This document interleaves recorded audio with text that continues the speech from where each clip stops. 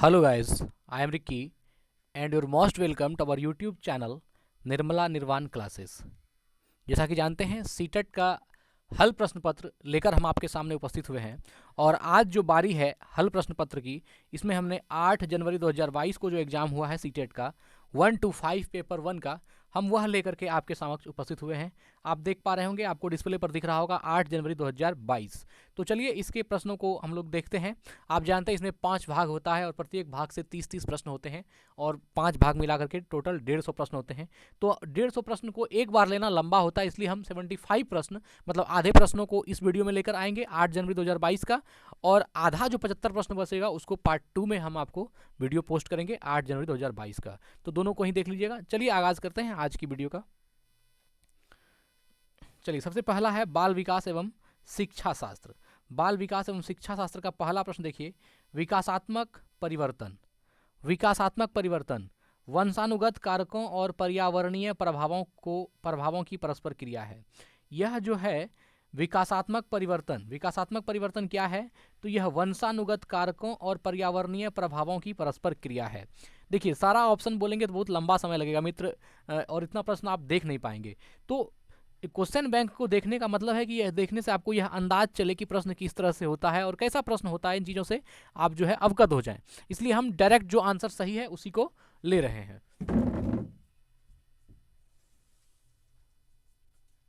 दूसरा प्रश्न ले रहे हैं। दूसरा प्रश्न बाल विकास एवं शिक्षा शास्त्र का जो दूसरा प्रश्न है उसको देखते हैं हम लोग। चलिए स्थूल है ना, देखिए 2 नंबर, स्थूल गत्यात्मक चालन कौशल का उदाहरण है जबकि डैश में सूक्ष्म गत्यात्मक कौशल की आवश्यकता होती है। तो देखिए यह जो है डैश स्थूल गत्यात्मक चालन कौशल का उदाहरण है जबकि डैश में सूक्ष्मतम गत्यात्मक कौशल की आवश्यकता है। तो यह है भागना। तो भागना जो है, भागना एक स्थूल गत्यात्मक चालन कौशल का उदाहरण है, और जबकि चित्र बनाना जो है यह सूक्ष्म गत्यात्मक कौशल की आवश्यकता होती है। तो यह दोनों ही समझना चाहिए कि अगर भाग रहे हैं आप, तो भागना जो है यह स्थूल गत्यात्मक चालन कौशल का उदाहरण है, और चित्र बनाना जो है यह सूक्ष्म गत्यात्मक कौशल की आवश्यकता, मतलब चित्र बनाने में सूक्ष्म गत्यात्मक कौशल की आवश्यकता होती है। क्वेश्चन नंबर 3 को लेते हैं। 3 नंबर देखिए, इनमें से कौन सी बच्ची मध्य बाल्यावस्था में होगी? तो एक बच्ची जो तार्किक रूप से तर्क कर सकती है और संरक्षण कर पाती है, तो ऐसी बच्ची मध्य बाल्यावस्था में होगी। मध्य बाल्यावस्था में कौन सी बच्ची होगी? तो एक बच्ची जो तार्किक रूप से तर्क कर सकती है और संरक्षण कर पाती है, वह किस में आएगा? मध्य बाल्यावस्था में होगी। चलिए आगे लेते हैं, क्वेश्चन नंबर 4 को देखते हैं। अभिकथन। बच्चे सर्वप्रथम अपने परिवार में व्यवहार के तरीके सीखते हैं एवं मूल्यों और जीवन के मानदंडों को जानते हैं, है ना। अभिकथन कह रहा है कि बच्चे सर्वप्रथम अपने परिवार में व्यवहार के तरीके सीखते हैं एवं मूल्यों और जीवन के मानदंडों को जानते हैं। रीजन बता रहा है कि परिवार बच्चों के समाजीकरण का एक अद्वितीय अभिकारक है। क्या बता रहा है? कारण कि परिवार बच्चों के समाजीकरण का एक द्वितीयक अभिकारक है। तो चलिए इसका राइट आंसर देखते हैं हम लोग क्या है। इसका राइट आंसर है ए सही है किंतु आर गलत है। मतलब कि यह जो आपका ए सही है आर गलत है, तो यह जो कथन है वह तो सही है लेकिन रीजन जो है वह गलत है। ए को सही बताया गया और आर को गलत कहा गया कि यह जो रीजन है गलत है। तो कथन अभिकथन सही कैसे है? क्योंकि ये बात सही है कि बच्चे सर्वप्रथम अपने परिवार में, है ना, व्यवहार के तरीके सीखते हैं। बच्चे सर्वप्रथम अपने परिवार में व्यवहार के तरीके सीखते हैं एवं मूल्यों और जीवन के मानदंड को जानते हैं, यह तो सही है। लेकिन यह जो है परिवार, रीजन जो बता रहा है परिवार बच्चों के समाजीकरण का एक अद्वितीय अभिकारक है, यह गलत है और यह सही है। चलिए ठीक है, आगे क्वेश्चन 5 पर आते हैं। 5 में है, निम्नलिखित में से कौन सा युग्म सही सुमेलित है? कौन सा युग्म है जो सही से सुमेलित है? तो इसका राइट आंसर है मूर्त संक्रियात्मक अवस्था में बच्चा वर्गीकरण व संरक्षण कर पाता है। मूर्त संक्रियात्मक अवस्था में बच्चा वर्गीकरण व संरक्षण कर पाता है, ये सुमेलित सही है। आगे देखते हैं 6 को देखते हैं क्वेश्चन नंबर। पियाजे के संज्ञानात्मक विकास के सिद्धांत के अनुसार स्वयं व पर्यावरण के बीच संतुलन की खोज की प्रक्रिया क्या कहलाती है ना। पियाजे के संज्ञानात्मक विकास के सिद्धांत के अनुसार स्वयं व पर्यावरण के बीच संतुलन की खोज की प्रक्रिया क्या कहलाती है? तो यह साम्यीकरण कहलाती है। क्या कहलाती है? तो ये साम्यीकरण कहलाती है। तो ये ध्यान रखिएगा कि पियाजे के संज्ञानात्मक विकास के सिद्धांत के अनुसार स्वयं व पर्यावरण के बीच संतुलन, स्वयं और पर्यावरण के बीच संतुलन की खोज की प्रक्रिया क्या कहलाती है? साम्यीकरण कहलाती है। स्वयं और पर्यावरण के बीच संतुलन की जो खोज प्रक्रिया है वह साम्यीकरण कहलाती है। 7 पर आते हैं। निम्नलिखित में से कौन सा कथन लेव वाइगोत्स्की के बच्चों के बारे में विचार को सही प्रकार से दर्शाती है? क्या बोला? निम्नलिखित में से कौन सा कथन लेव वाइगोत्स्की के बच्चों के बारे में विचार को सही प्रकार से दर्शाता है? तो बच्चों के बारे में विचार को सही प्रकार से कौन दर्शाता है? तो ऑप्शन 1 राइट है। वाइगोत्स्की ने सुझाव दिया है कि बच्चों में बहुत सी क्षमताएं होती है जिनमें वे कार्य सम्मिलित हैं जिन्हें बच्चे सहायता के साथ कर सकते हैं। तो लेव वाइगोत्स्की का यह देखिए, हर जितना भी हम पढ़ा रहे हैं क्वेश्चन बैंक, जितना भी हम आपके सामने पेश कर रहे हैं, उस सब में यह प्रश्न कहीं ना कहीं घुमा फिरा के लेव वाइगोत्स्की का ये प्रश्न हमेशा रहता है कि निम्नलिखित में से यह इसी टाइप से, अगर आप इसको समझ रहे हैं लेव वाइगोत्स्की के सिद्धांत को, तो आप इसे मिस्टेक नहीं करेंगे, या फिर अगर आप क्वेश्चन को बार बार देख रहे हैं तो भी नहीं करेंगे। तो यह देखिए, लेव वाइगोत्स्की के बच्चे के बारे में विचार को सही प्रकार से कौन दर्शाता है? तो सही प्रकार से दर्शाता है कि वाइगोत्स्की ने सुझाव दिया कि बच्चों में बहुत सी क्षमताएं होती है जिनमें वे कार्य सम्मिलित हैं जिन्हें बच्चे सहायता के साथ कर सकते हैं। क्वेश्चन नंबर 8 को देखते हैं। एक शिक्षिका किस संरचना का उपयोग करती है जब वह एक बच्ची की जिंगसॉ पहेली बनाने में सहायता करती है इशारे व संकेतों से? यह एक पाड़ है, यह जो है ना वह पाड़ है जिस संरचना का उपयोग करती है। देखिए क्या कह रहा है, फिर से हम इसको देख रहे हैं। एक शिक्षिका किस संरचना का उपयोग करती है जब वह एक बच्ची की जिगसॉ पहेली, यह एक पहेली है, जिगसॉ पहेली बनाने में सहायता करती है। तो जब वह एक शिक्षिका एक बच्चे को जिगसॉ पहेली बनाने में सहायता करती है इशारे व संकेतों से, तो वह जो है पाड़ के अंतर्गत आता है। किसके अंतर्गत आता है? पाड़ के अंतर्गत आता है। चलिए ठीक है। क्वेश्चन 9 को देखते हैं क्या है। अभी कथन दिया हुआ है, एक बाल केंद्रित कक्षा व्यक्तिवादी होता है। एक बाल केंद्रित कक्षा व्यक्तिवादी होता है और एक कठोर संचरित पाठ्यक्रम का अनुसरण करती है। इसका रीजन कह रहा है कि बच्चा सबसे अच्छा तब सीखता है जब शिक्षक तानाशाह और नियंत्रक होता है। तो आप तो जान ही रहे हैं, आर तो सीधा गलत लगता है कि जब शिक्षक तानाशाह हो तो बच्चा सीखता है, ऐसा कोई बात नहीं है। अगर ऐसा होता तो सभी शिक्षक तानाशाह हो जाते और बच्चे खूब सीखते। तो आर तो सीधा सीधी गलत लग रहा है। और ए में जो कह रहा है एक बाल केंद्रित कक्षा व्यक्तिवादी होती है और एक कठोर संरचित पाठ्यक्रम का अनुसरण करती है, यह भी गलत है। कठोर वाला कोई बात ही नहीं करना, ये दोनों ही चीज़ जो है ऑप्शन ए और आर जो है, मतलब अभिकथन और कारण दोनों ही गलत है। देखिए ऑप्शन 4 राइट है, ए और आर दोनों गलत है। आगे बढ़ते हैं। निम्नलिखित में से क्या एक प्रगतिशील कक्षा की विशेषता है? निम्नलिखित में से एक प्रगतिशील कक्षा की क्या विशेषता है? तो एक प्रगतिशील कक्षा की विशेषता है गतिविधियां या कार्य करते समय बच्चों का मूल्यांकन किया जाता है। गतिविधियों के समय या कार्य करते समय बच्चों का मूल्यांकन करना, यह जो है एक प्रगतिशील कक्षा की विशेषता है ना। गतिविधियां या कार्य करते समय बच्चों के मूल्यांकन किया जाना, यह जो है एक प्रगतिशील कक्षा की विशेषता है। देखिएगा यह सब प्रश्न एकदम इसी इसके साथ रहेगा, इसलिए ध्यान से इस सबको देखिएगा।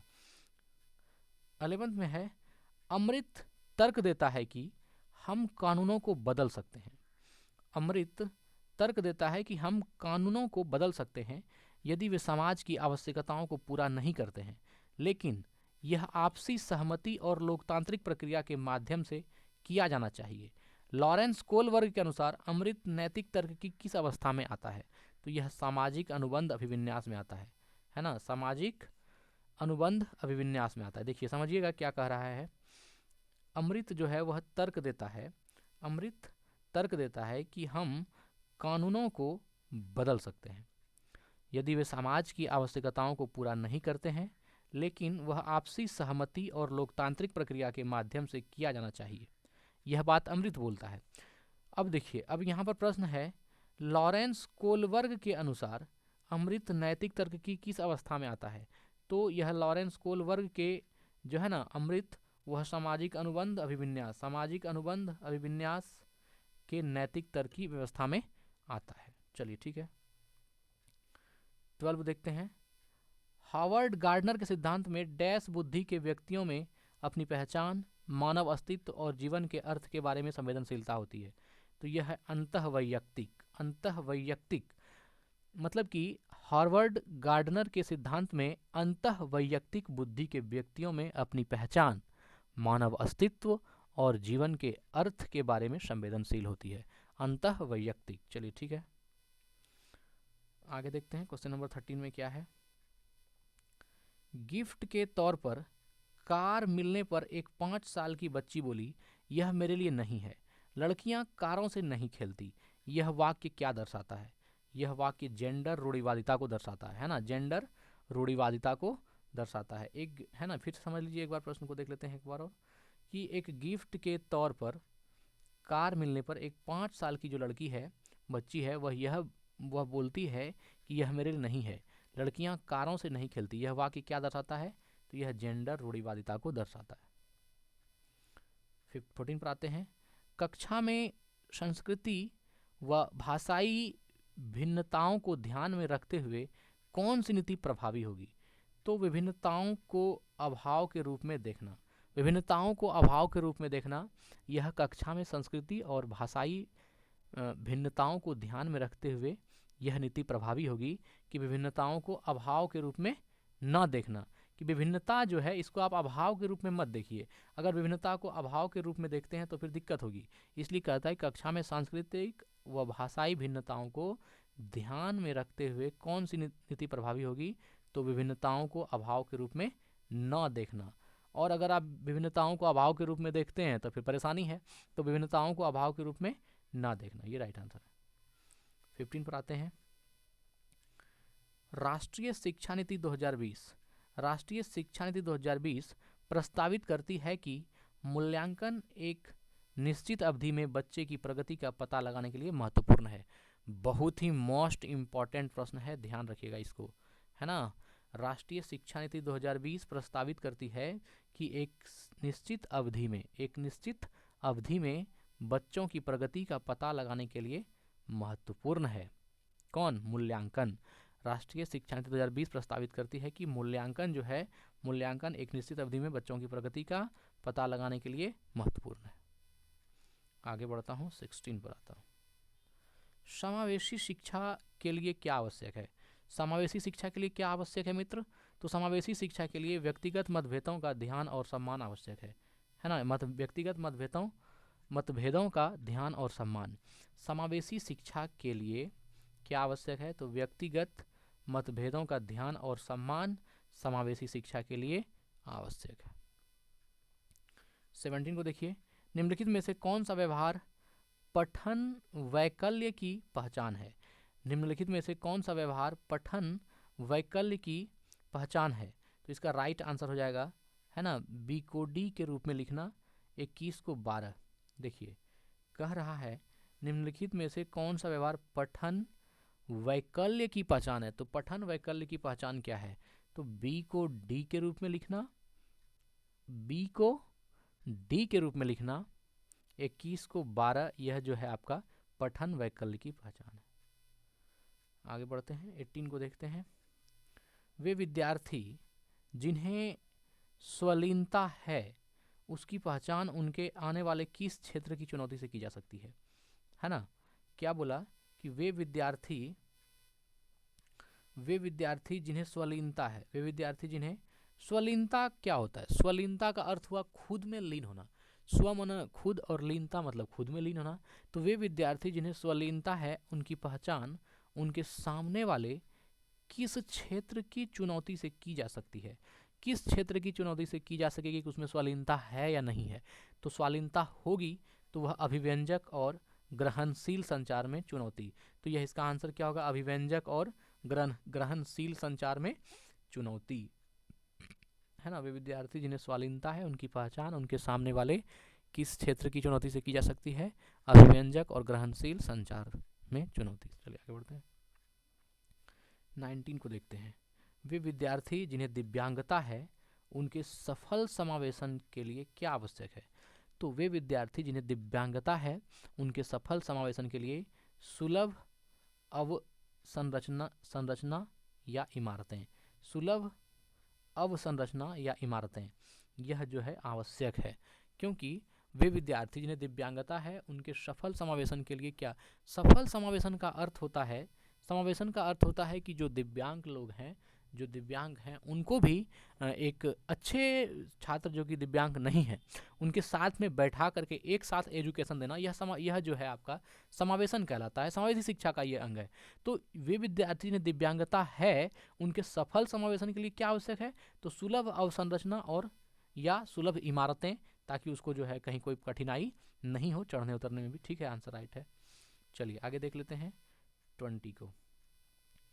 निम्नलिखित में से कौन सा अभ्यास विविध अधिगम प्राथमिकता वाले विद्यार्थियों को सम्मिलित करने में सहायक होगा। निम्नलिखित में से कौन सा अभ्यास विविध अधिगम प्राथमिकता वाले विद्यार्थियों को सम्मिलित करने में सहायक होगा, तो यह है आसपास के खतरों और विकर्षणों को कम करना। आसपास के खतरों और विकर्षणों को कम करना, ऑप्शन 2 राइट है। क्या प्रश्न था, निम्नलिखित में से कौन सा अभ्यास विविध अधिगम प्राथमिकता वाले विद्यार्थियों को सम्मिलित करने में सहायक होगी, विविध अधिगम प्राथमिकता वाले विद्यार्थी। इसका क्या आंसर होगा कि आसपास के खतरों और विकर्षणों को कम करना। 21 को देखते हैं हम लोग। किस सिद्धांत पर आधारित कक्षा कक्ष में विद्यार्थी स्वयं पहल करके व चर्चा में सक्रिय भागीदारी करके सीखते हैं, तो समाजवादी संरचनावादी में है ना, सामाजिक संरचनावादी में यह प्रश्न है कि किस सिद्धांत पर, ऐसा कौन सा सिद्धांत है जिस पर है ना आधारित कक्ष में विद्यार्थी स्वयं पहल करके वह चर्चा में सक्रिय भागीदारी करके सीखता है, तो वह है सामाजिक संरचनावादी। सामाजिक संरचनावादी सिद्धांत पर आधारित कक्षा कक्ष में विद्यार्थी स्वयं पहल करके वह चर्चा में सक्रिय भागीदारी करके सीखते हैं। 22 को देखिएगा। सार्थक अधिगम है ना, सार्थक अधिगम में विश्लेषण, समालोचनात्मक सोच तथा समस्या समाधान की प्रक्रियाएं सम्मिलित है। सार्थक अधिगम में विश्लेषण, समालोचनात्मक सोच तथा समस्या समाधान की प्रक्रियाएं सम्मिलित है। बहुत ही अच्छा प्रश्न है। सार्थक अधिगम में विश्लेषण भी है, सार्थक अधिगम में समालोचनात्मक सोच भी है तथा समस्या समाधान भी है, समाधान की प्रक्रियाएं भी सम्मिलित हैं। 23 को देखते हैं क्या है।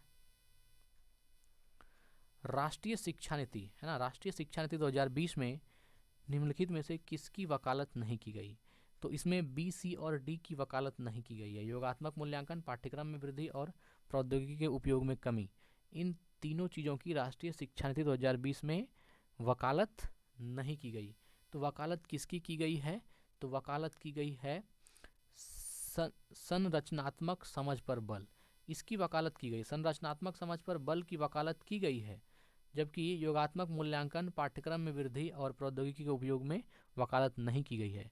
तो प्रश्न में आपसे पूछा जा रहा है कि किसकी वकालत नहीं की गई है, तो वकालत किसकी नहीं की गई है, तो बी, सी और डी की वकालत नहीं की गई है। योगात्मक मूल्यांकन की, पाठ्यक्रम में वृद्धि की और प्रौद्योगिकी के उपयोग में कमी की वकालत नहीं की गई। आगे बढ़ता हूँ, 24 पर आते हैं। कह रहा है निम्नलिखित में से कौन सा युग्म प्रतिक्रिया और लक्ष्य अभिविन्यास का सही मिलाप है। निम्नलिखित में से कौन सा युग्म है जो प्रतिक्रिया और लक्ष्य अभिविन्यास का सही मिलाप है, तो इसका राइट आंसर है ए नंबर, है ना। किसी विशेष रुचि के क्षेत्र में क्षमता में सुधार करने के लिए कार्यपत्रक करना, महारत हासिल करने की दिशा में उन्मुख लक्ष्य। निम्नलिखित में से कौन सा युग्म प्रतिक्रिया और लक्ष्य अभिविन्यास का सही मिलाप है, तो किसी विशेष रुचि के क्षेत्र में क्षमता में सुधार करने के लिए कार्यपत्रक करना, महारत हासिल करने की दिशा में उन्मुख लक्ष्य। चलिए 25 को देखते हैं। कह रहा है विद्यार्थियों के अधिगम को सुसाध्य करने के लिए एक शिक्षिका को निम्नलिखित में से किस पर ध्यान देना चाहिए, तो विद्यार्थियों के अधिगम को सुसाध्य करने के लिए एक शिक्षिका को बच्चों के पूर्व ज्ञान से संबंध जोड़ना चाहिए। बच्चों के पूर्व ज्ञान से संबंध जोड़ना चाहिए विद्यार्थियों के अधिगम को सुसाध्य करने के लिए। आगे प्रश्न है, निम्नलिखित में से कौन सा विद्यार्थियों द्वारा निर्मित भ्रांतियों से निपटने के लिए एक रचनात्मक दृष्टिकोण है ना? निम्नलिखित में से कौन सा विद्यार्थियों द्वारा निर्मित भ्रांतियों से निपटने के लिए एक रचनात्मक दृष्टिकोण है? तो वह है भ्रांतियों के प्रत्युत्तर हेतु प्रयोग और अवलोकन के अवसर देना। भ्रांतियों के प्रत्युत्तर हेतु प्रयोग और अवलोकन के अवसर देना, यह जो है विद्यार्थियों द्वारा निर्मित भ्रांतियों से निपटने के लिए एक रचनात्मक दृष्टिकोण है। हाँ, आगे देखते हैं 27 को। निम्नलिखित में से क्या विद्यार्थियों के बीच किसी कार्य की संरचनात्मक समझ को सुसाध्य करने में सहायक है? तो चर्चा और संवाद। चर्चा और संवाद जो है वह विद्यार्थियों के बीच किसी कार्य की संरचनात्मक समझ को सुसाध्य करने में सहायक है। कौन? चर्चा और संवाद। चर्चा और संवाद। प्रभावी अधिगम हेतु एक शिक्षिका को विद्यार्थियों में डैश को सक्रिय करना चाहिए। तो प्रभावी अधिगम के लिए एक शिक्षिका को विद्यार्थियों में क्षमता के वृद्धिशील होने की धारणा को सक्रिय करना चाहिए, है ना? प्रभावी अधिगम हेतु एक शिक्षिका को विद्यार्थियों में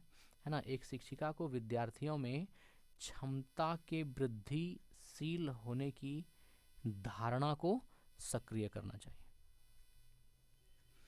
निम्नलिखित में से कौन सा बाह्य अभिप्रेरणा का उदाहरण नहीं है?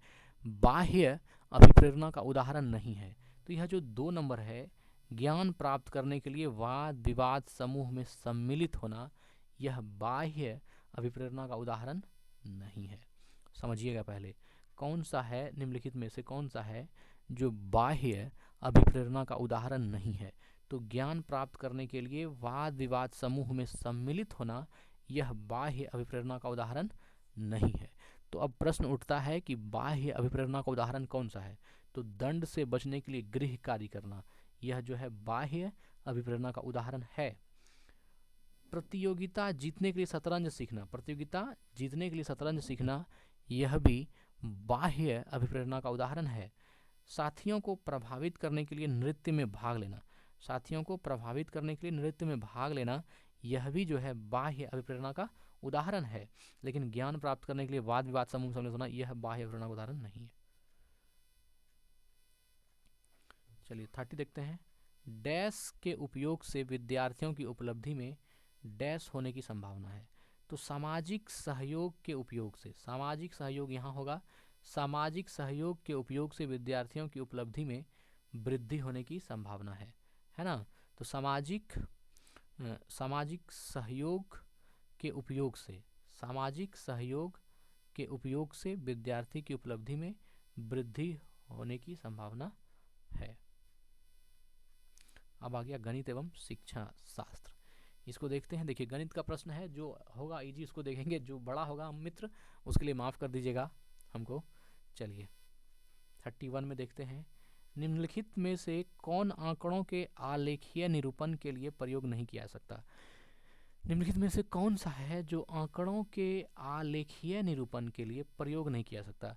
तो आंकड़ों के आलेखीय निरूपण के लिए औसत का प्रयोग नहीं किया जा सकता, क्योंकि औसत जो है वह सबका इंटरनल पार्ट होता है। आप सबको जोड़ करके भाग देते हैं तब एक एवरेज निकलता है, तो वह जो है आंकड़ों के आलेखीय निरूपण के लिए प्रयोग नहीं किया जा सकता। जबकि चित्र आलेख जो है यह आंकड़ों के आलेखीय निरूपण के लिए प्रयोग किया जा सकता है। पाई चार्ट भी आंकड़ों के आलेखीय निरूपण के लिए प्रयोग किया जा सकता है। आयत चित्र भी आंकड़ों के आलेखीय निरूपण के लिए प्रयोग किया जा सकता है, लेकिन औसत को आंकड़ों के आलेखीय निरूपण के लिए प्रयोग नहीं किया जा सकता। चलिए अगला है 32। देखिए, श्यामा के पास एक आयताकार कागज था जिसकी लंबाई 16 सेंटीमीटर थी, चौड़ाई 8 सेंटीमीटर। फिर भी उसने कागज को मोड़कर एक वर्ग में बदल दिया। रैखिक सममिति की संख्या मोड़ने के बाद में क्या बदलाव होगी? तो यह रैखिक सममिति की संख्या 2 बढ़ जाएगी। यह तो बनाने वाला है, आप बनाएंगे तो ये समझ में आएगी। चलिए, राधा के पास एक आयताकार कार्ड है जिसकी लंबाई 20 सेंटीमीटर और चौड़ाई 10 सेंटीमीटर, लंबाई 20 सेंटीमीटर, चौड़ाई 10 सेंटीमीटर है। रेणु के पास एक वर्गाकार कार्ड है जिसकी भुजा 15 सेंटीमीटर है। दोनों कार्डों के परिमापों का अंतर कितना होगा? आप जानते हैं लंबाई 20 है तो आप आयत का लंबाई 2 इंटू लंबाई प्लस चौड़ाई करके निकाल देंगे। तो 20 और 30, 20 10 30 दूनी 60 हो जाएगा। यह हो गया किसका परिमाप? आयत का परिमाप। और वर्ग का परिमाप जानते ही हैं, 4 गुना 1 भुजा आती है, यह भी 5 चौके 60 हो जाएगा। और दोनों का जब अंतर निकालेंगे 60 में 60 घटेगा 0 सेंटीमीटर। राइट आंसर 1 नंबर है कि यह जो है इसका अंतर कितना हो जाएगा? 0। ये तो आप मैथ का प्रश्न है, आप जान ही रहे होंगे। इसका राइट आंसर हो जाएगा 0। चलिए 34 देखते हैं।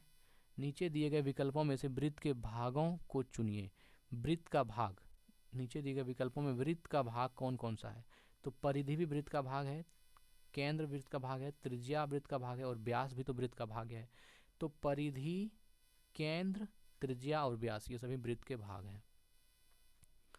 चलिए अगला देखते हैं 35। यदि मीता 1 घंटे में 16 किलोमीटर की दूरी चलती है तो वह 210 मिनट में कितनी दूरी तय करेगी? आप लिख सकते हैं, चूँकि है ना 60 मिनट में 16,000 मीटर की दूरी तय करती है, इसलिए 1 मिनट में 16,000 बटे 60, इसलिए 210 मिनट में। यहाँ 210 से मल्टीप्लाई करेंगे हो जाएगा। ये तो मैथ है, आप बना ही लेंगे इसको।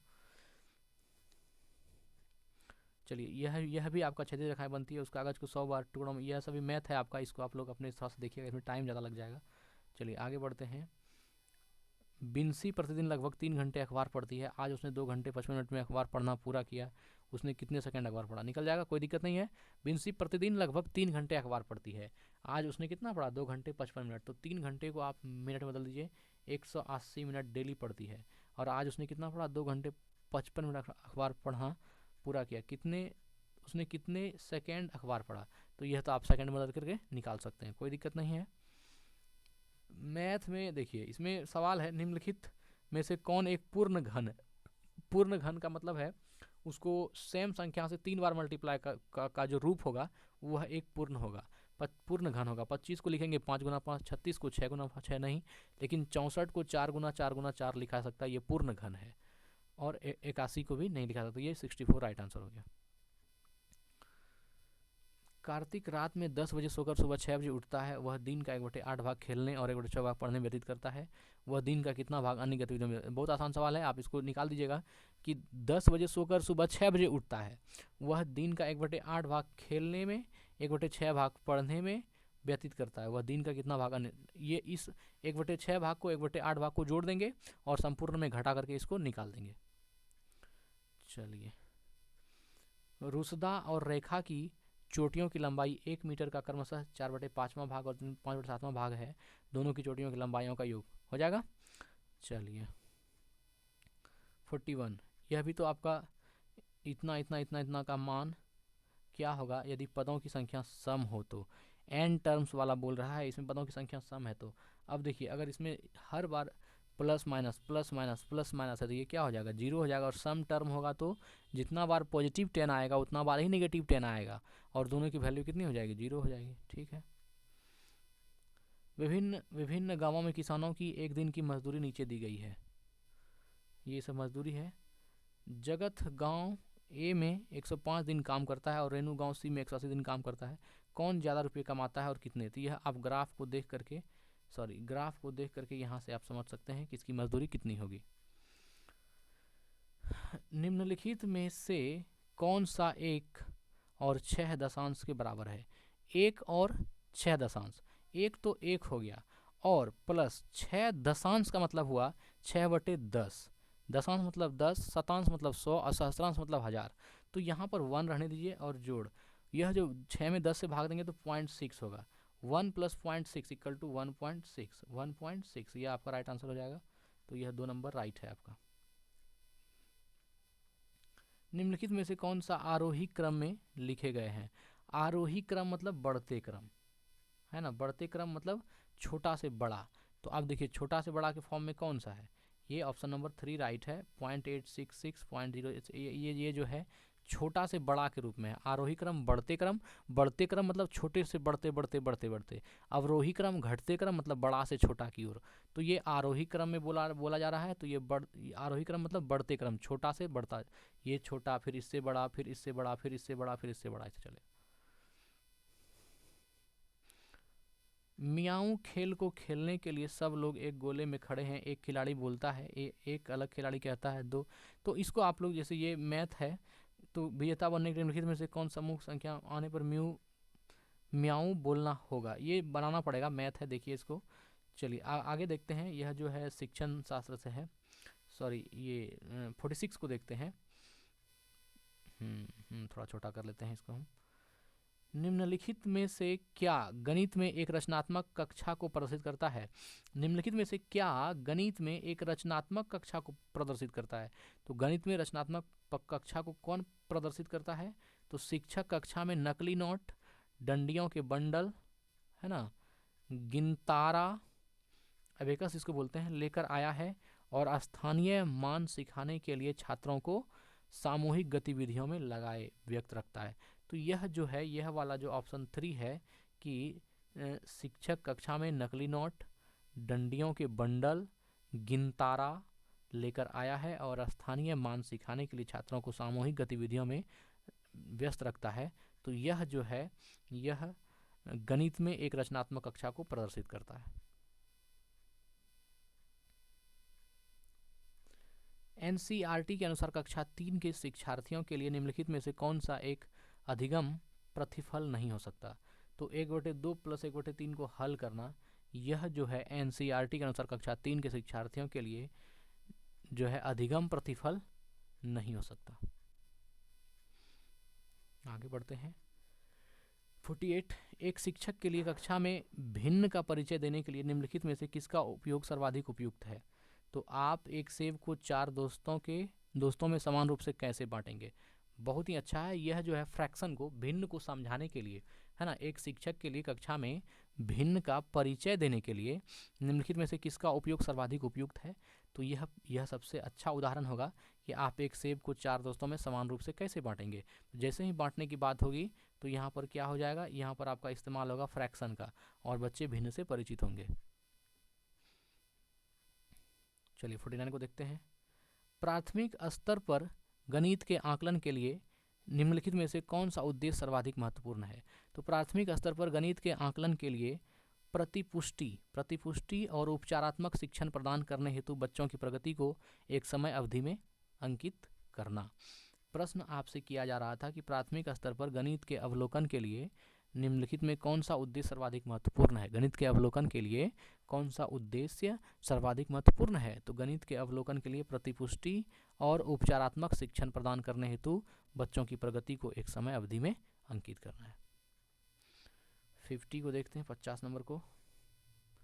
श्रीमान हरि अपनी कक्षा में भिन्न प्रकार की रंगोली के चित्र, है ना, चित्र प्रिंटेड दुपट्टे लेकर आए। गणित में निम्नलिखित में से किन विषयों को पढ़ाने के लिए यह सर्वाधिक उपयुक्त साधन हो सकते हैं? तो यह है आकृति और पैटर्न को पढ़ाने का यह सर्वाधिक उपयुक्त साधन हो सकते हैं। आकृति और पैटर्न को पढ़ाने के लिए जो है श्रीमान हरि अपनी कक्षा में, है ना, भिन्न प्रकार की रंगोली के चित्र प्रिंटेड दुपट्टे लेकर आए, तो यह आकृति और पैटर्न को पढ़ाने में जो है वह मदद करेगा। आगे देखते हैं। इनमें से कौन सा अभ्यास सबसे उपयुक्त रूप से यह दर्शाएगा कि आपके छात्रों ने अज्ञात राशियों का अनुमान लगाने का कौशल अर्जित कर लिया है ना? कह रहा है कि इनमें से कौन सा अभ्यास सबसे उपयुक्त रूप से यह दर्शाएगा कि आपके छात्रों ने अज्ञात राशियों का अनुमान लगाने का कौशल अर्जित कर लिया है। तो इसका राइट आंसर है ऑप्शन 3, आयोजित पार्टी, है ना, पार्टी आयोजित करने की संभावित कीमत लगाना। देखिए 51 को देखिए। इनमें से कौन सा अभ्यास सबसे, है ना, इनमें से कौन सा अभ्यास सबसे उपयुक्त है? इनमें से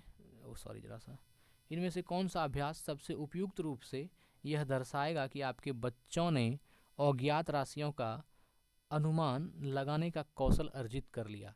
तो यह पार्टी आयोजित करने की संभावित कीमत लगाना। पार्टी आयोजित करने का जब संभावित कीमत लगाना उसको आ जाएगा तो समझ में आ जाएगा कि अज्ञात राशियों का अनुमान लगाने का कौशल जो है बच्चों ने अर्जित कर लिया है। गणित में अवधारणाओं की प्रकृति के बारे में निम्न में से कौन सा सही नहीं है? तो गणित में अवधारणाओं की प्रकृति के बारे में कि यह सही नहीं है कि गणित में अवधारणाएं रैखिक रूप से व्यवस्थित होती है, ये गलत है। गणित में अवधारणाएं रैखिक रूप से व्यवस्थित होती है, ये क्या है, गलत है। तो अब सही क्या क्या है, तो सही जो गणित में अवधारणाओं की प्रकृति के बारे में जो सही है वह ये है कि गणितीय अवधारणाओं की प्रकृति अमूर्त है, कोई मूर्त रूप नहीं होता, वह अमूर्त है। गणितीय अवधारणाएं प्रकृति से तर्कसंगत होती है और गणित में अवधारणाएं निगमनिक विवेचन तर्कना पर आधारित होती है, निगमनिक विवेचन तर्कना पर आधारित होती है। ये सभी हैं कि गणित में अवधारणाओं की प्रकृति के बारे में निम्न में से कौन सा सही है। और अगर आपसे पूछेगा कौन सा गलत है तो ऑप्शन नंबर, यह पूछ ही रहा है गलत कौन सा है, तो ऑप्शन नंबर 2 गलत है। गणित में अवधारणाएं रैखिक रूप से व्यवस्थित होती है। 53 को देखते हैं क्या है। श्री अयूब विभाजन भाग का सिद्धांत कक्षा में आरंभ कर रहे हैं। उन्हें 3 शिक्षण गतिविधियों की योजना बनाई। पहला है श्याम पट पर सरल विभाजन संबंधित कथन लिखकर उन्हें वास्तविक जीवन के उदाहरणों से जोड़ना। दूसरा है विभाजन की समभागी संरचना इक्वल शेयरिंग को विभिन्न चित्रों के उपयोग समझना। तीसरा है कई कंकड़ों या कांचों को समान संख्या के समूह में व्यवस्थित करना। इसका राइट आंसर है ए, बी और सी। यह तीनों जो है ए, बी और सी, ये तीनों ए, बी और सी, यह जो है विभाजन भाग का सिद्धांत कक्षा में आरंभ कर रहे हैं। उन्हें 3 शिक्षण गतिविधियों की योजना बनाई है, तो यह तीनों ही शिक्षण योजना जो है उसमें सफल है। चलिए 54 को देखते हैं, क्वेश्चन नंबर देखते हैं, फिर आंसर को देखेंगे। कक्षा 2 के अधिगमकर्ताओं को मानचित्र अर्थात मैपिंग और दिक् स्थान संबंधी समझ की अवधारणा का परिचय देने के लिए निम्न में से किसका एक संदर्भात्मक क्रियाकलाप के रूप में उपयोग किया जा सकता है। तो यह किसका उपयोग किया जा सकता है, इसका आंसर देखिए ऑप्शन नंबर 4 होगा। यहाँ जो कि नीचे दिया गया है, आप देख पा रहे होंगे, थोड़ा सा नीचे में आकर के है ये। यह देखिए छात्रों को, है ना, छात्रों को अपने स्वयं के घर को कागज पर बनाने के लिए कहना, जिसमें विभिन्न कक्षों का सापेक्षित आकार बना रहे। तो यह आंसर था इसका कि अगर कक्षा 2 के अधिगमकर्ताओं को मानचित्र और दिक्स्थान संबंधी समझ की अवधारणा का परिचय देने के लिए निम्न में से किसका एक संदर्भाघात क्रियाकलाप के रूप में उपयोग किया जा सकता है। तो यह उपयोग किया जा सकता है किसका, यह उपयोग किया जा सकता है छात्रों को अपने स्वयं के घर को कागज पर बनाने को कहना, जिसमें विभिन्न कक्षाओं का सापेक्षित आकार बना रहे हैं। आगे बढ़ते हैं, क्वेश्चन नंबर 55 पर आते हैं। निम्नलिखित में से किसका नाम एक ज्यामितीय सिद्धांत के विकास से संबंधित है, जो कि बच्चों में ज्यामितीय तर्क के विभिन्न स्तरों को वर्णित करता है। ये है वैन हेले, है ना, वैन हेले। ऑप्शन नंबर 1 राइट है, वैन हेले। तो निम्नलिखित में किसका नाम एक ज्यामितीय सिद्धांत के विकास से संबंधित है। ज्यामितीय सिद्धांत के विकास से किसका नाम संबंधित है, जो कि बच्चों में ज्यामितीय तर्क के विभिन्न स्तरों को वर्णित करता है। तो ये है वैन हेले, ज्यामितीय तर्क या ज्यामितीय सिद्धांत वैन हेले, याद रखिएगा, ज्यामितीय सिद्धांत वैन हेले। मैं आगे आता हूँ 56 पर। राष्ट्रीय पाठ्यचर्या रूपरेखा 2005 के अनुसार गणित के पाठ्यक्रम का निम्न में से कौन सा एक महत्वपूर्ण उद्देश्य है। तो गणित के पाठ्यक्रम का एक महत्वपूर्ण उद्देश्य है दैनिक जीवन के उदाहरणों की सहायता से गणित को प्रासंगिक बनाया जाना चाहिए, है ना। 56 को देखिए फिर से। राष्ट्रीय पाठ्यचर्या रूपरेखा 2005 के अनुसार गणित के पाठ्यक्रम का निम्न में से कौन सा एक महत्वपूर्ण उद्देश्य है। तो गणित के पाठ्यक्रम का एक उद्देश्य है दैनिक जीवन के उदाहरणों की सहायता से गणित को प्रासंगिक बनाया जाना चाहिए। चलिए 57 को देखते हैं क्या है इसमें, पहले पढ़ लेते हैं प्रश्न 57। एक योग के प्रश्न 87 + 16 को हल करने पर छात्र ने लिखा, ये लिख दिया, आपको जो दिख रहा है ये लिखा, निम्नलिखित में से कौन सा छात्र द्वारा किए गए उत्तर की सर्वाधिक उपयुक्त प्रतिक्रिया को निरूपित करता है। तो इसका राइट आंसर है 4, ऑप्शन नंबर 4। योग जोड़ने के समय पूर्ण, है ना, पूर्ण सामूहिकरण और संख्याओं के स्थानीय मान कि पुनः सामूहिकरण की अवधारणा को सुदृढ़ करने के लिए मूर्त और हस्त कौशल सामग्री का उपयोग किया जाना चाहिए। मूर्त और हस्त कौशल सामग्री का उपयोग किया जाना ताकि उसको जो है समझ में ज़्यादा से ज़्यादा आए। आपका प्रश्न था कि एक योग के प्रश्न 87+16 को हल करने के लिए छात्र ने लिखा, यह लिखा 7 और 6 जोड़ा 13 लिखा, 1 बचा 8 और 1 9, यहाँ 9 लिखा और बीच में जो हासिल वाला 1 था उसको यहाँ बीच में लिख दिया। तो यह जो है आपको क्या कहा कि योग है ना, योग जोड़ने के समय पूर्ण समूहीकरण और संख्याओं के स्थानीय मान को पुनः समूहीकरण की अवधारणा को सुदृढ़ करने के लिए मूर्त और हस्त कौशल की सामग्री का उपयोग किया जाना चाहिए। 58 को देखते हैं, निम्नलिखित में से कौन सा गणित शिक्षण अधिगम संबंधित उपागम है? तो यह है ड्रिल और अभ्यास। ड्रिल और अभ्यास जो है यह गणित शिक्षण अधिगम से संबंधित उपागम है। गणित शिक्षण अधिगम से संबंधित उपागम क्या है? ड्रिल और अभ्यास। 59 को देखते हैं, निम्न में से किसको रचनात्मक आकलन में सम्मिलित नहीं किया सकता? तो रचनात्मक आकलन में सत्र अंत परीक्षा को सम्मिलित नहीं किया सकता। यह जो सत्र अंत परीक्षा है इसको रचनात्मक आकलन में सम्मिलित नहीं किया सकता। तो फिर निम्न में से किसको रचनात्मक आकलन में सम्मिलित किया जा सकता है? तो यह जो उपाख्यानात्मक रिकॉर्ड है इसको सम्मिलित किया जा सकता है, क्षेत्र भ्रमण को सम्मिलित किया जा सकता है, पोर्टफोलियो को सम्मिलित किया जा सकता है, लेकिन रचनात्मक आकलन में सत्र अंत परीक्षा को सम्मिलित नहीं किया जा सकता। 60 देखते हैं, सिमुलेशन सॉफ्टवेयर का उपयोग करके निम्नलिखित में से किसको सबसे बेहतर तरीके से पढ़ाया जा सकता? सिमुलेशन सॉफ्टवेयर का उपयोग करके निम्नलिखित में से किसको सबसे बेहतरीन तरीके से पढ़ाया जा सकता है?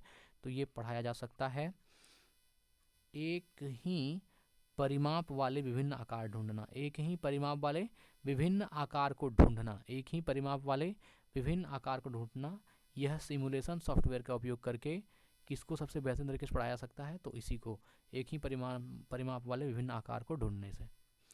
अब है पर्यावरण अध्ययन, इसमें देखते हैं, इसमें प्रश्न जो है आपका 61 से 90 तक होगा। चलिए सबसे पहला प्रश्न देखते हैं। 61 में क्या है? पृथ्वी ग्लोब जैसी गोल है, नीचे दिए गए किस देश के व्यक्ति पृथ्वी पर हमारे सापेक्ष उल्टे खड़े हैं? यह है अर्जेंटीना के लोग। अर्जेंटीना के लोग पृथ्वी पर, है ना, अर्जेंटीना के लोग व्यक्ति पृथ्वी पर हमारे सापेक्ष उल्टे खड़े हैं। समझिए क्या कह रहा है कि पृथ्वी जो है ना, पृथ्वी ग्लोब जैसी गोल है, पृथ्वी ग्लोब जैसी गोल है, नीचे दिए गए किस देश के व्यक्ति पृथ्वी पर हमारे सापेक्ष उल्टे खड़े हैं? तो ये अर्जेंटीना के लोग। 62 क्या है? पोचमपल्ली एक शहर है जहाँ के अधिकांश परिवार बुनाई का कार्य करते हैं और एक विशेष प्रकार का वस्त्र जिसे वह बुनते हैं पोचमपल्ली कहलाता है। यह शहर जहाँ सुंदर चमकदार रंगों की साड़ियाँ बनाती है किस राज्य का भाग है? तो आपको राज्य का नाम बताना है। तो यह तेलंगाना राज्य का भाग है, जैसा कि आप नाम से ही लग रहा है ना। तो यह पकड़ना है कि पोचमपल्ली एक शहर है जहाँ के अधिकांश परिवार बुनाई का कार्य करते हैं और एक विशेष प्रकार का वस्त्र जिसे वह बुनते हैं पोचमपल्ली कहलाता है। यह शहर कहाँ? यह शहर जहाँ सुंदर चमकदार रंगों की साड़ियाँ बनती है किस राज्य में? तेलंगाना में। 63 नीचे प्याज की खेती करने की प्रक्रिया के कुछ चरण दिए गए हैं जो उचित क्रम में नहीं है। उचित क्रम में नहीं, अब उचित क्रम में कौन सा नहीं है? तो ऑप्शन नंबर 4 जो है यह उचित क्रम में नहीं है। BCAED, यह उचित क्रम में नहीं है। आइए इसको देखते हैं।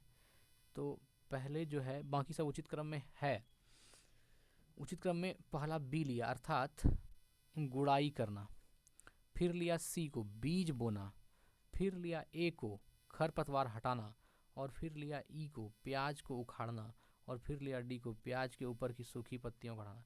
यह गलत है। तो इसका राइट जो है, नीचे प्याज की, देखिए 63 को पढ़िए, नीचे प्याज की खेती करने की प्रक्रिया के कुछ चरण दिए गए हैं जो उचित क्रम में नहीं है। तो यह उचित क्रम में नहीं था। ऑप्शन नंबर 4 BCAED उचित क्रम में कौन है? एक नंबर को हम देख लेते हैं। जैसे मान लीजिए इसको उचित क्रम में बताया जा रहा है कि ये उचित क्रम में है, तो बी गुड़ाई करना, सी बीज बोना, उसके बाद है ई प्याज को उखाड़ना, उसके बाद है ए खरपतवार हटाना, उसके बाद है डी प्याज के ऊपर की सूखी पत्तियों को हटाना। तो यह क्या था, इनमें से कौन सा है जो उचित क्रम में नहीं है? चलिए 64 को देखते हैं। किसी पुस्तक में गोलकोंडा के किले का मानचित्र दिया गया है। इस मानचित्र की तली में माप पैमाना दिया गया है, जिस पर लिखा है पैमाना 1 सेंटीमीटर बराबर 110 मीटर। मानचित्र पर इब्राहिम बुर्ज और मासा बुर्ज के बीच के माप की गई दूरी 13.3 सेंटीमीटर है। इन दोनों बुर्जों की वास्तविक दूरी है लगभग। अब देखिए 1 सेंटीमीटर में 110 मीटर हुआ, तो 13.3 सेंटीमीटर में कितने मीटर होंगे?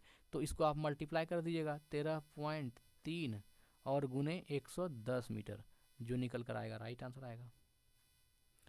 चलिए ठीक है, इसका आंसर आया है 1.5 किलोमीटर। ऑप्शन नंबर 2 राइट है। चलिए 65 को देखते हैं। नीचे दिए गए कथनों में से अलबरूनी जो एक विद्वान थे और जिन्होंने हमारे देश का भ्रमण 1000 वर्षों से भी पूर्व किया था, के बारे में सही कथन को चुनिए। तो अलबरूनी के बारे में सही कथन कौन सा है?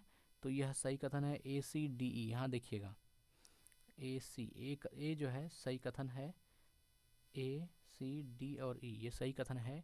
अलबरूनी जो है वह एक यात्री था जिसने हमारे देश का भ्रमण किया और जो प्रेक्षण किया उसके बारे में लिखा, राइट बात है। बी में है अलबरूनी उन्होंने उन चीज़ों के बारे में लिखा जो उन्हें अपने देश से भिन्न लगी, सही बात है। और डी ऑप्शन में है कि उनकी पुस्तक से हम अपने देश के भूतकाल और सांस्कृतिक विरासत के बारे में बहुत जानकारी प्राप्त कर सकते हैं, सही बात है।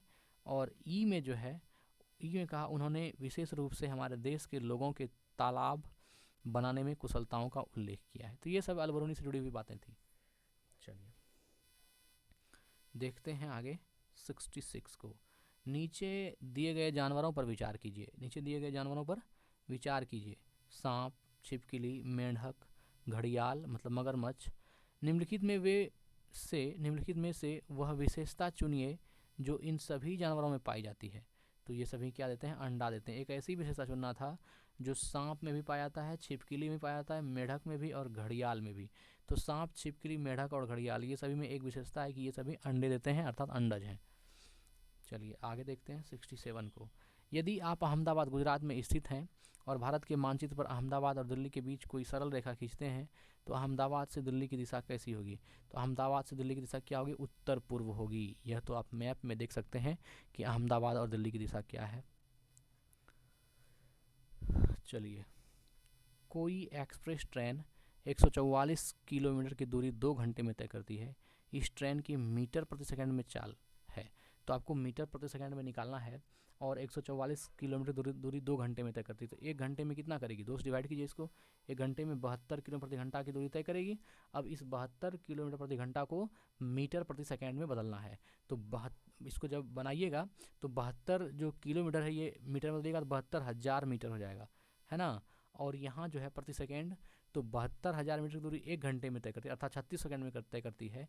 तो 1 सेकंड में कितना करेगी? तो यहाँ बटे 3600 हो जाएगा। तो 72,000 बटे 3600, 2 0 कैंसिल और 36 दूनी 72, यहाँ 1 0 20, कितना हो जाएगा? 20 मीटर प्रति सेकंड। यह जो है प्रति सेकंड समय में निकल जाएगा। 20 मीटर प्रति सेकंड जो है आपका ये राइट आंसर हो जाएगी, है ना, 20 मीटर प्रति सेकंड। चलिए आगे बढ़ते हैं। मिजोरम में जब फसल का काम समाप्त हो जाता है तो लोग एकत्र होते हैं, त्यौहार मनाते हैं, एक साथ में खाना पकाते हैं, खाते हैं और मज़े करते हैं, गाते हैं और नाचते भी हैं। उनके विशेष नाच का नाम क्या है? वो जो नाचते हैं उसके विशेष नाच का नाम क्या है? चेराओ। चेराओ जो है यह एक नाच है जो मिजोरम में लोग नाचते हैं फसल का काम समाप्त हो जाता है। तो पक्षियों की एक स्पीसीज एक प्रजाति होती है जिसका नर पक्षी सुंदर सुंदर घोंसले बुनता है। मादा पक्षी उन सभी घोंसलों को देखती है, उनमें से वह उसे चुनती है जो उसे सबसे अच्छा लगता है और उसी में अंडे देती है। पक्षियों की इस स्पीसीज का नाम क्या है? इसका नाम है वीवर पक्षी, जिसमें कि नर पक्षी जो है वो बहुत सारे घोंसले बनाती है और जो मादा पक्षी है वह एक घोंसले को चूज करती है और उसमें अंडे देती है। इस पक्षी को वीवर पक्षी कहते हैं। भारत में केंद्र शासित प्रदेशों की संख्या है, तो भारत में केंद्र शासित प्रदेशों की कितनी होगी? 9। भारत में केंद्र शासित प्रदेशों की संख्या कितनी है? 9 है। नीचे दिए गए जीव क्रमशः जंतुओं के किस वर्ग के हैं?